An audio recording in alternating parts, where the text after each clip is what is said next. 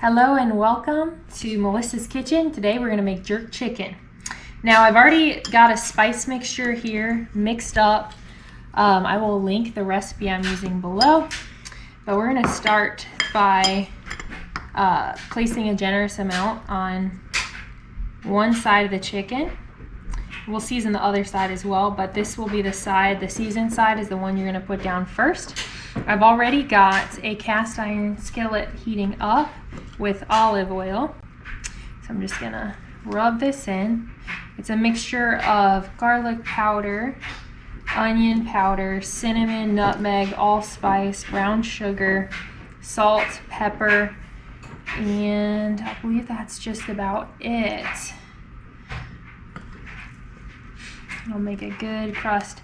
Now you want your pan to be heating up while you do this because you want to get a nice crust and sear on each side, and then in the cast iron we'll remove it from the high heat and pop it into a 350-degree oven to cook all the way through without making the chicken dry. But if you sear it first, it gets a crust which seals in moisture, and that's exactly what you want. Okay, so got all of our chicken seasoned. I'm going to take my chicken and my spices over to my cast iron pan that's already heating up. So we're headed this direction. I've got olive oil. You want to be careful with olive oil because it can burn. But I'm going to test my pan. I'm going to take a piece of chicken, and it is sizzling, so that's great. I'm going to turn up a little bit more and put the presentation side down first and give it about 3 or 4 minutes to cook on that side. And that's exactly what you want to hear, is that nice little sizzling.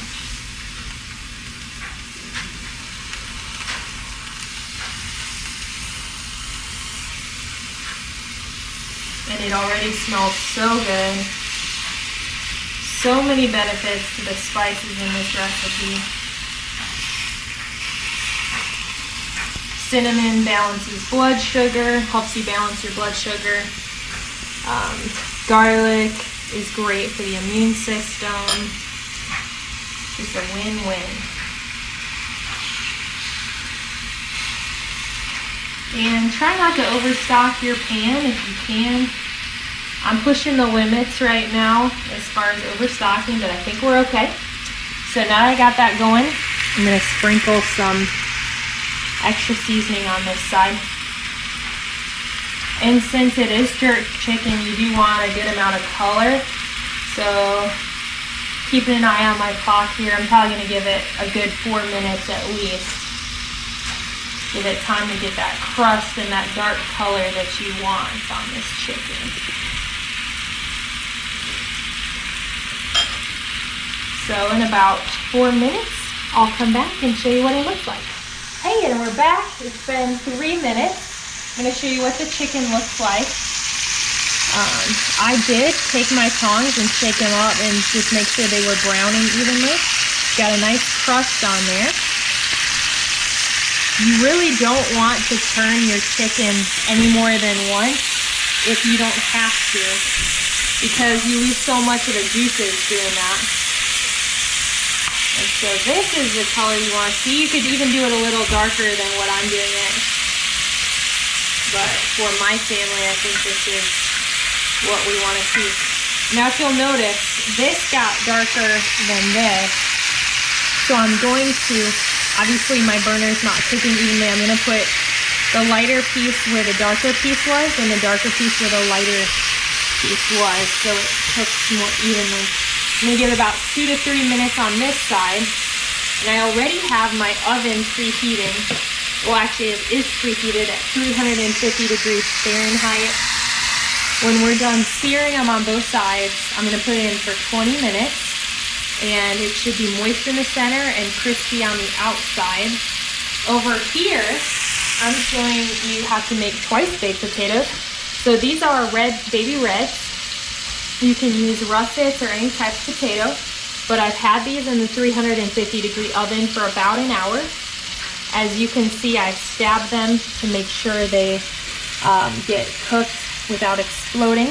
And I put a seasoning of salt because I like a crunchy, salted coat on these. So what I'm gonna do is I will split these long ways, scoop out the center, and then we will make a mixture for twice baked potatoes, and I'll show you what's next on that. But for now, I've got about 2 more minutes on the chicken. Just gonna go ahead and look. That's about what you wanna see. Good. I'm going to place this in the center. Center's a little bit hotter than the side. And we still need to give it about 2 more minutes. This one's a little bit of a thinner piece, so I'm gonna lift it up and just set it on top of one of the thicker ones. With chicken, you go from moist to dry within a few minutes of cook time. So you really want your pieces to be about the same size to get a good result. And so we'll give it about another minute.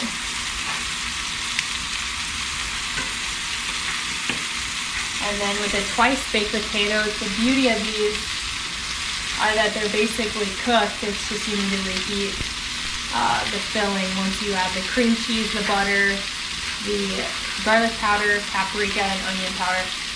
So I'll be right back. Actually, let's check our chicken here. That's the color you want to see. Good looking color. The lighting is good on that. It's a good looking piece of chicken. Everything's got some nice color to it. So I'm going to go ahead and turn my heat off.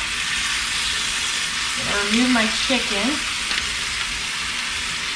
from the heat without scratching, as much as possible without scratching my glass stove. So since this takes 20 minutes and it's taken me a bit of time to do the potatoes, I'm going to do the potato filling first, and then I will pop this into the oven to finish cooking. So bear with me and I'll be right with you. Welcome back. Okay, so I have cut most of my potatoes in half. I'm not going to show you the boring mess of it all, but with this potato, you just take a spoon and as neatly as possible, you're going to scrape out the center of the potato, and we will mash this warm potato. We'll add salt and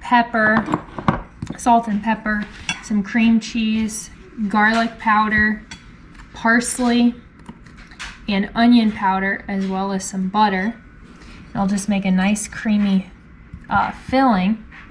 And then on top of that, we can add crumbled bacon and even some green onions and also cheddar cheese. So it's all up to your taste preference, but it will be a yummy mixture. And then we'll pop it into the oven for about 10 minutes to just get everything nice and melty on top.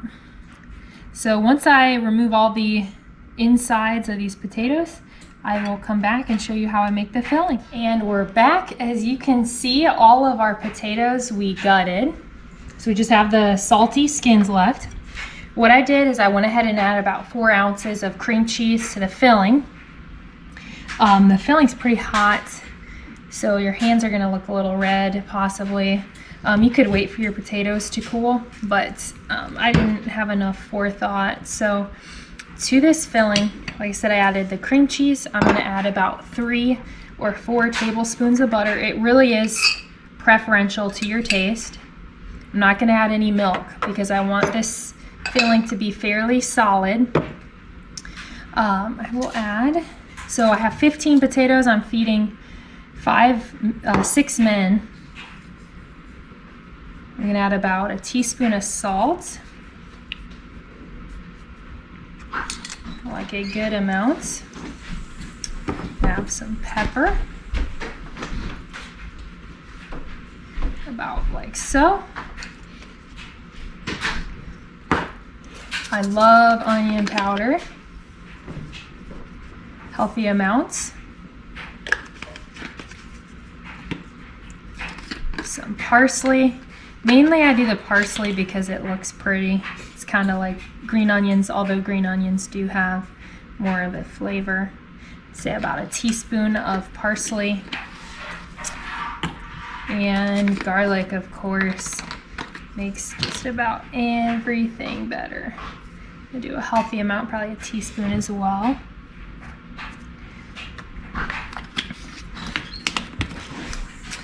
And I will start mixing this in. You're gonna get it to be like a mashed potato consistency.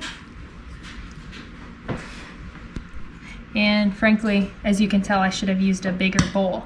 So I'm gonna go see if I have a bigger mixing bowl and I'll be right back. Okay, I got a bigger mixing bowl and I've been mashing this. You basically just want a nice creamy mashed potato consistency. This is to your taste, so you can add more butter, you can add more cream cheese. Sour cream, I added a dollop of sour cream because I thought it was looking a little bit on the dry side. And we don't want it dry at all. So you can see the spices and how this is just coming together. It's sitting up pretty well. It's a thicker potato. Since we're going to be refilling the shells, we don't want it running everywhere. So this is looking good. I think I'm going to add another tablespoon or two of butter. I am of the opinion that animal fat is very healthy as long as you are not overdoing it. Just as a calorie basis, I guess. Since my filling is warm, I'm just gonna go ahead and mix that right in. Now you can, for the topping, you can use grated Parmesan. You can grate it yourself. You can use cheddar, any type of cheese that sounds good, or no cheese, whatever you prefer. I like to shred it myself because I don't like any of the white powder they tend to put on shredded cheese from the store. Number one, it's not the healthiest, and number two, it doesn't melt the same. Especially for sauces, you want to grate it yourself. Okay. Now, like I always do, I'm going to taste it for seasoning. And it's going in a fairly neutral shell. I mean, I did salt the shell, but it'd be okay if it's a little over salty or a little bit over this or that. That tastes really good.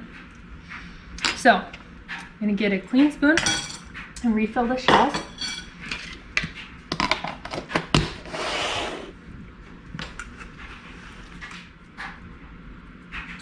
I'm just refilling one by one. Okay, so I have gone ahead and shredded a bunch of sharp cheddar, or it's a medium cheddar. Medium is probably the best for this recipe. It's got a nice deep flavor. And then I have 8 slices of pre-cooked bacon right here. So I'm gonna go ahead and give them a rough chop.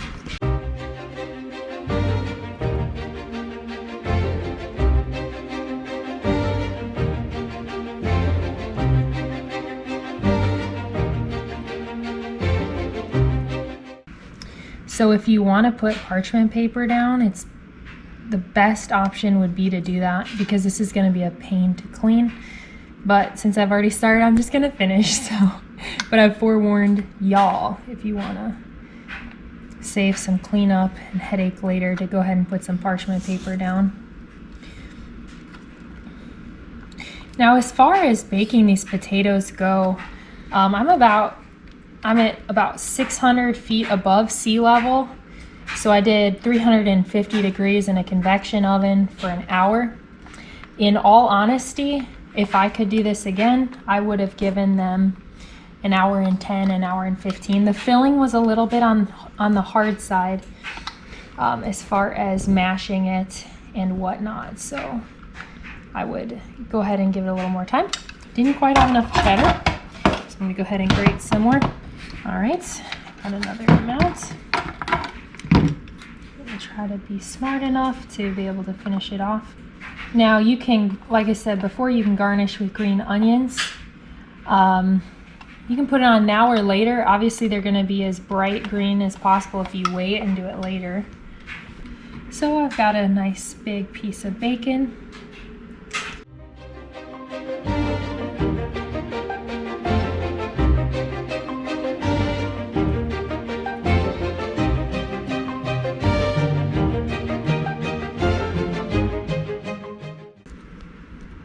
Okay, here we are. Everything's looking fine. So I'm gonna go ahead and take it over to the oven. I've got it at 425. I'm gonna do these, since I don't think I cooked the potatoes quite enough, I'm gonna go ahead and give them 15 minutes, but I will check on them to make sure I'm not burning my cheese. So let's go ahead and give them 15 minutes at 425. Now in my lower oven, I've got it at 375 for my jerk chicken, which I already seared.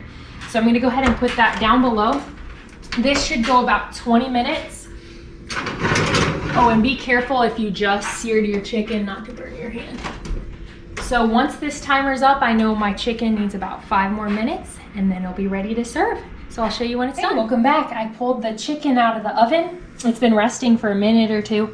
You really should let it rest for 5 minutes, but what I want to do is just make sure I did it correctly, that it is cooked all the way through. So I'm going to use the thickest piece in the center. Just take a peek, and yes, that is cooked. Wonderful. So I'm going to let that rest a few more minutes before I serve it. Based on the texture and the feel of that, I probably could have given it even 2 minutes less. So it's just tricky. You just got to keep an eye on it.